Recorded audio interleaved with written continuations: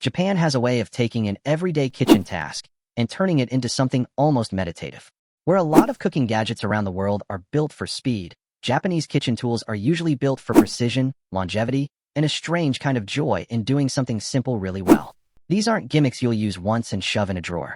They're tools that home cooks in Japan have relied on for generations, refined slowly over decades until almost nothing about them feels wasted. Number 9. The Ota Shibata Drop Lid. We have the Ota Shibata, which translates roughly to drop lid, and it might be the most quietly brilliant tool on this entire list. It's a small wooden lid, usually made from cypress or cedar, that's designed to sit directly on top of your food inside a pot, rather than on top of the pot itself. That's the whole trick.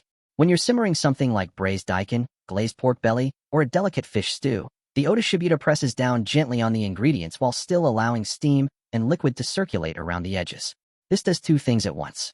First, it keeps everything submerged evenly, so every piece of food cooks in the simmering liquid instead of some parts drying out above the surface.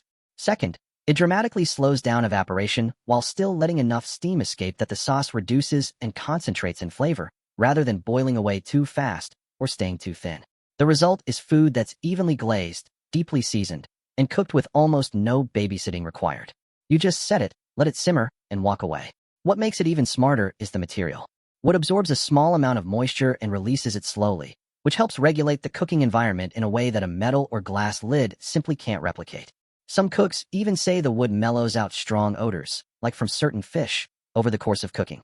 You can find modern silicone versions now, which are more practical for people without a wood-safe kitchen setup, and they work almost as well, though purists will always defend the traditional cypress version. It's a strikingly simple object, just a flat disc with a handle, but it solves a real cooking problem that most Western kitchens handle with awkward workarounds, like tilting a lid or checking on the pot every 5 minutes. Number 8. The Tamagoyaki Pan. A rectangular skillet built for one very specific purpose, making the rolled, layered Japanese omelet known as tamagoyaki. At first glance, it looks almost like a design mistake, since every other frying pan on Earth is round. But that rectangular shape is exactly the point.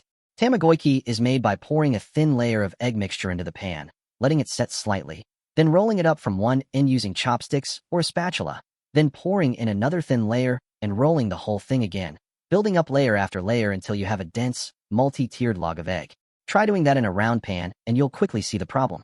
The curved edges make it nearly impossible to keep clean, straight rolls, and you end up with uneven, messy folds. The rectangular shape gives you a straight edge to roll against every single time, so each layer stacks neatly on top of the last one, producing that signature clean-edged, almost geometric slice you see at sushi counters and in bento boxes. Most tamagoyaki pans are made from copper or heavy-gauge aluminum, chosen specifically because they heat up fast and distribute that heat evenly across the surface, which matters enormously here since you're working with thin layers of egg that can go from perfectly set to overcooked in seconds. Copper versions in particular are prized in professional sushi kitchens because they respond to temperature changes almost instantly, giving the chef precise control over each layer.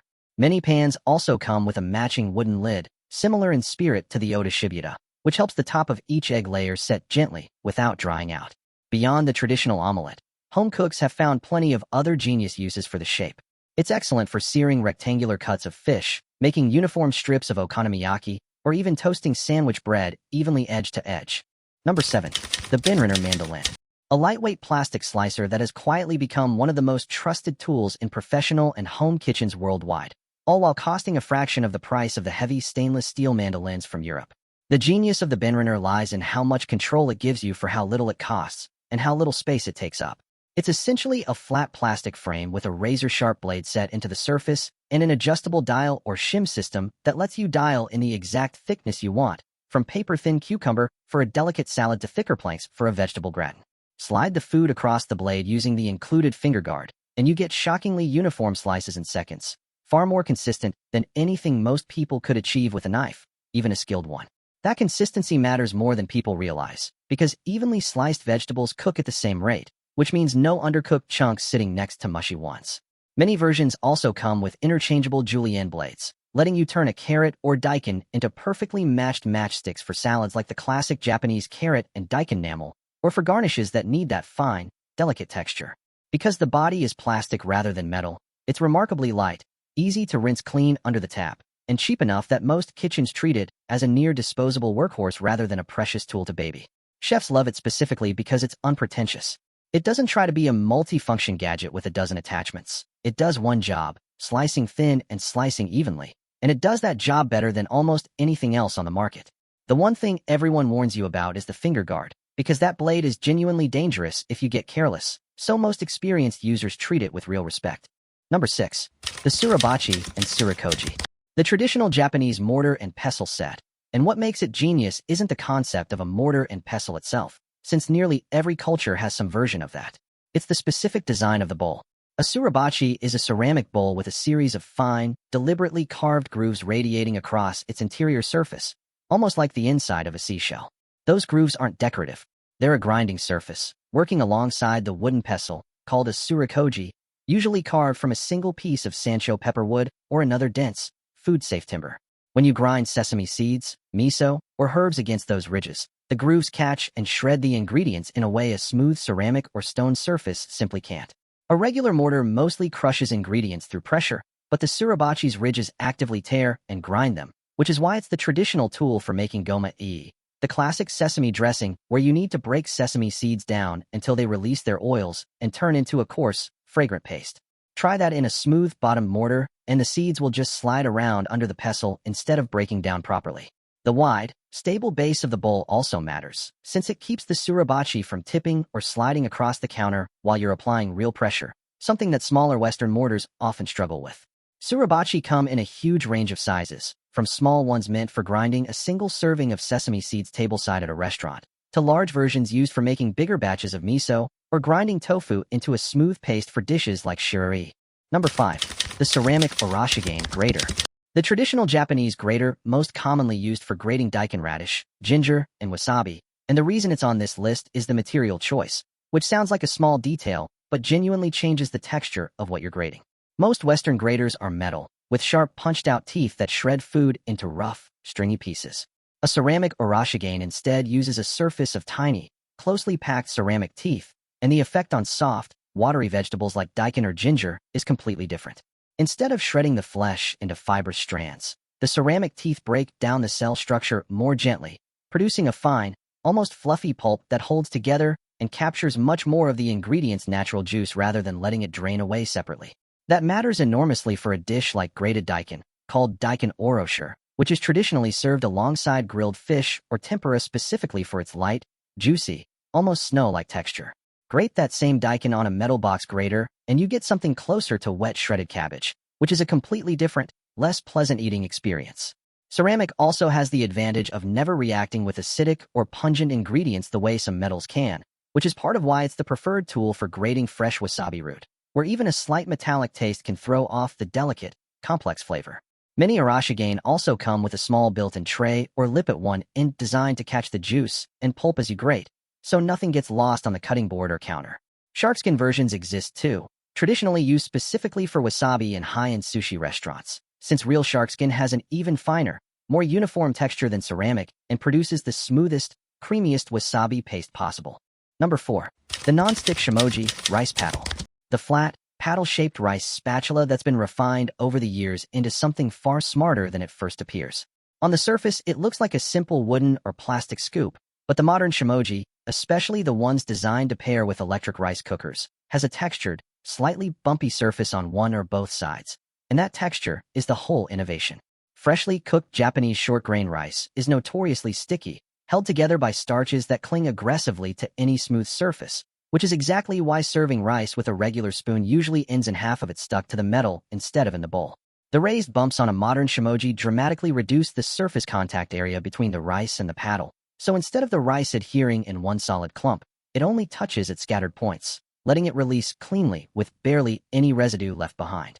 Some versions take this even further with a honeycomb or dimpled pattern precisely engineered through trial and error to minimize sticking, while others use a slightly concave curve that matches the shape of a rice cooker bowl, letting you scoop and fold the rice without tearing or crushing the individual grains, which matters because damaged rice grains release more starch and turn gummy. The shimoji isn't just for serving either. In Japanese kitchens, it's the standard tool for folding vinegar into rice when making sushi rice, using a specific cutting and folding motion that separates the grains while coating them evenly, something a spoon simply isn't shaped to do well. Many households also use the flat edge to level rice in a measuring cup for consistent portions every time. Number 3. The Kai Vegetable Peeler. A tool so precisely engineered that professional chefs around the world, not just in Japan, regularly name it as their favorite peeler regardless of price. What sets it apart starts with the blade itself. Made using the same stainless steel sharpening expertise that Kai built its reputation on through decades of producing Japanese kitchen knives and razors. The blade is angled and set at a specific pitch that lets it glide through skin with almost no pressure required, removing an extremely thin layer of peel and leaving as much of the actual vegetable intact as possible, rather than gouging away thick, wasteful strips the way a lot of cheaper peelers do.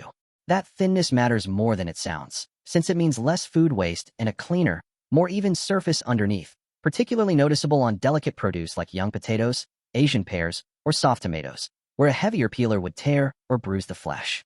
The handle design is just as considered.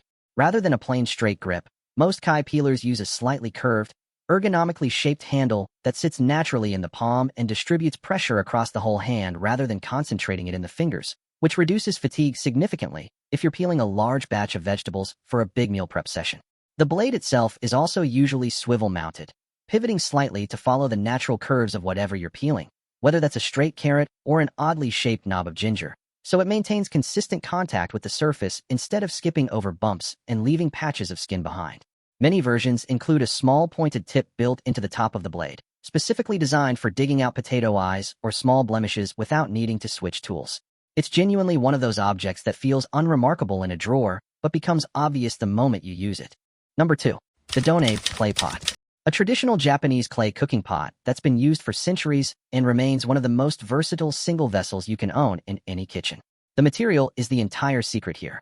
Donabe are made from a specific type of unglazed or partially glazed clay, often sourced from regions like Iga in Mie Prefecture, chosen specifically because it's porous and contains natural mineral particles that expand and contract with heat far more gradually than metal or ceramic cookware. That slow, even heat retention means a Donabe can go directly over an open flame, something that would crack most other clay pots instantly. And once it's hot, it holds and radiates that heat with remarkable evenness, eliminating the hot spots that plague thinner metal pots. This makes it extraordinary for dishes like Nabe Hot Pot, where you want a broth to simmer gently and consistently at the table for an extended period without scorching the bottom. And it's equally brilliant for Donabe rice, where the pot's heat retention creates a genuinely crisp, golden layer of rice at the bottom, called okogi, that's nearly impossible to replicate reliably in a regular metal pot. The thick clay walls also mean that once you turn off the heat, the pot keeps cooking gently for several more minutes through residual warmth, which is factored into most traditional Donabe recipes rather than treated as a flaw. Beyond hot pot and rice, a good Donabe can steam vegetables, braise meat low and slow for hours, or even bake bread with a lid on, functioning almost like a miniature clay oven.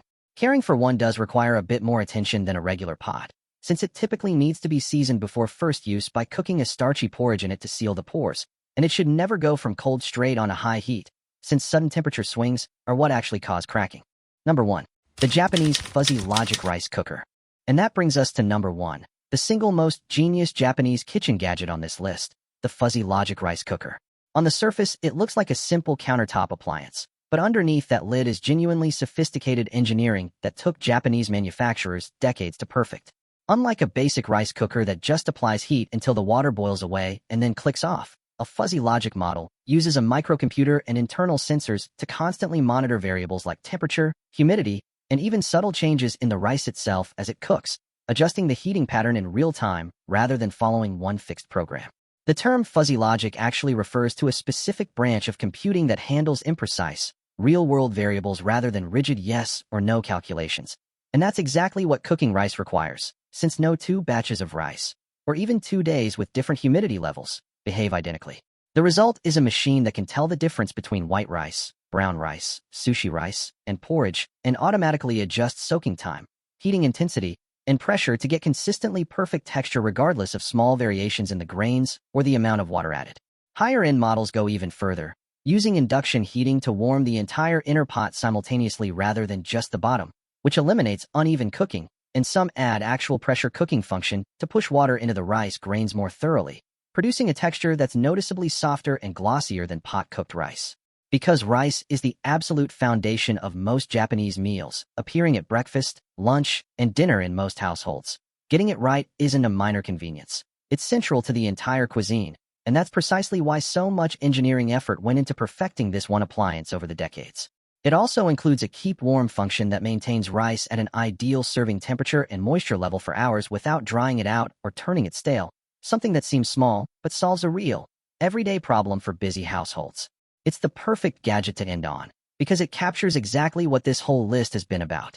Japanese kitchen tools take something ordinary, something every culture on Earth does in some form, and refine it relentlessly until the result feels less like a kitchen tool and more like quiet genius.